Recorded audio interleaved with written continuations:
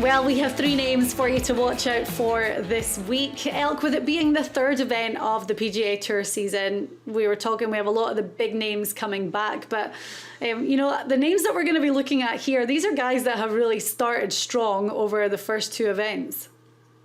Is it the 3rd week, or is it the 47th or the 56th in a row? I don't know. I get lost nowadays on the tour, Diane. I'm exhausted thinking about some of these schedules these guys have to play. But yes, we're going to be watching closely on one particular name that you haven't mentioned it yet, have you? No, but you can. No. You can give it away. Sorry. It's all right. We can start with that name because I think we're both on the same page. Nick Watney had a great week last week at the Sanderson Farms Championship and finished in 2nd place. Now, he's 150-1 this week in Vegas. Elk, he lives in Vegas.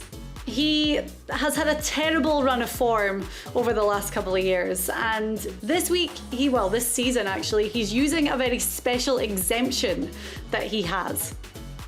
Yes, if you're currently in the top 50 all-time money winners, you get a 1-year exemption. You can just get a free ticket, the golden ticket, and lay it down and say, I'm going to play the tour 1 more year.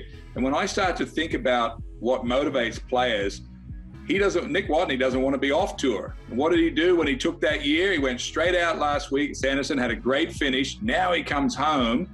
Do you really think that he's going to be trying to build all this money early so he'll be back on tour next year? I do. I think he will be. He knows everything about this place, tons of experience. And you got to watch a guy that just got form last week and coming back to his home course. He's had a runner-up finish here before as well. As you say, it's a home event for him. He had an injury, and that just kind of put him all wrong, and it seemed to be just a sliding scale of doom after that. But he went back to his old coach, Butch Harmon, in July of this year. And again, it's what we were talking about earlier with Harris English. It's kind of simplifying everything and get back to playing the golf that made you good in the first place. And then this confidence of having a great start to the season, it's got to be all going up for Watney right now. Yeah, you know, going back to see Butch Harmon was a good move. I know Butch, the way he teaches, he would have gone back to what he did when they were working together, whether it's years, months before, simplify things for him. Watney would have said, oh, okay, I'll just go back and do that. He got immediate results from that. So now that'll be starting to multiply inside of himself. And now, as we've already talked about, his motivation is to get back on tour and stay there and ride this all the way to when I know he's taking his 1 year 50, but I don't know how old he is, but he's got to be in his 40s, Diane. Yeah, he's 40. He is 40. Yeah. So, and you were saying earlier, you know, we're looking at the winning scores, 23 under the past 2 years. Who can get to 23 under? I mean, he just got to 21 under last week. So Watney's there. He said that he had to ask himself some difficult questions like, do I actually want to be doing this anymore? And he does. So he used that exemption and he's got off to a great start already. So Nick Watney is definitely one to watch this week, and we have him at 150-1.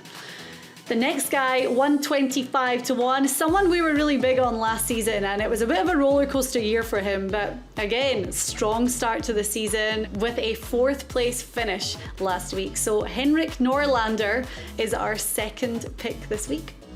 This was a guy that was very interesting, Diane. He came over and started playing really well on the West Coast, San Diego, Phoenix, out west, and then he kind of went quiet for a bit. But Norlander, what I like about him is how good he swings it and hits it straight. Long hitter, big kid. Sort of reminds me a little bit, Diane, of Victor Hovland. Just that style of player. And as you said, 4th place finish last week. I'm riding these horses. You just made a really interesting point there. Already in this show, we've talked about Watney, who just was thinking about, do I even want to do this? We have Wolf over here who's getting back of not sure if he could do it from time away. Then we have Scotty Scheffler, who's riding this emotional high from beating Rahm. And it starts to give the viewers, the people that listen to our show, Diane, that it can't be just looking at stats.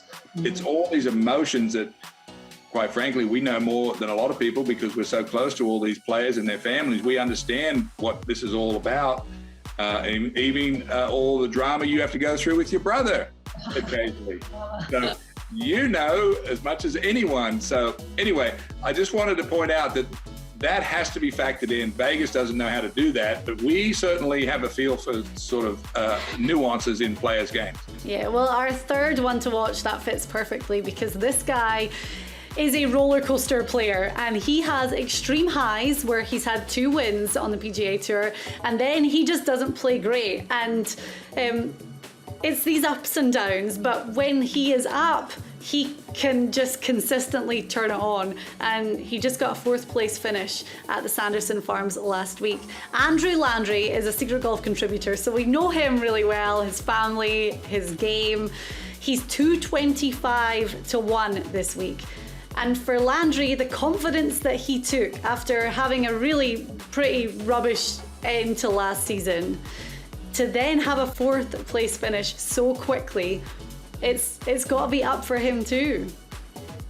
Yeah, and if I was in Vegas this week, I would go down to Caesars Palace Sportsbook, Diane, my favorite little spot, and I would put a little money on Andrew Landry, because usually with a guy like Landry, he's sort of like Kevin Na. He's an excellent putter, got to get the ball in the fairway, but when he does things like he did last week and finished 4th.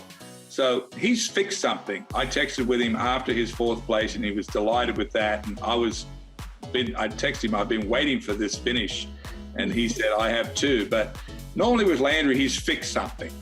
Okay. It wouldn't be personal. It would be professional. It would be his swing, his action, something. He has a strong grip and he plays a bit of a variation. So once he gets that thing on track, we saw him at Palm Springs win that tournament, and the guy can get hot as anyone out there. So I'm still riding Landry on the way up this week, Diane.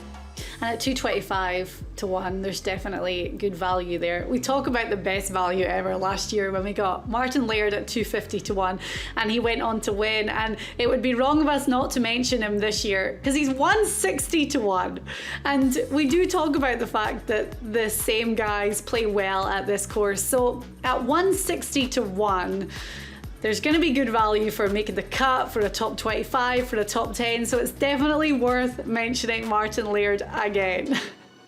Well, the reason that you were so big on Martin Laird last year, when we looked at all the statistics, he grew up, he played his golf, he's Scottish, but he grew up in Phoenix playing narrow courses. He's one of the longest hitters on tour, and he was out most of the season with a wrist injury. And what was he doing while he was out? He was putting.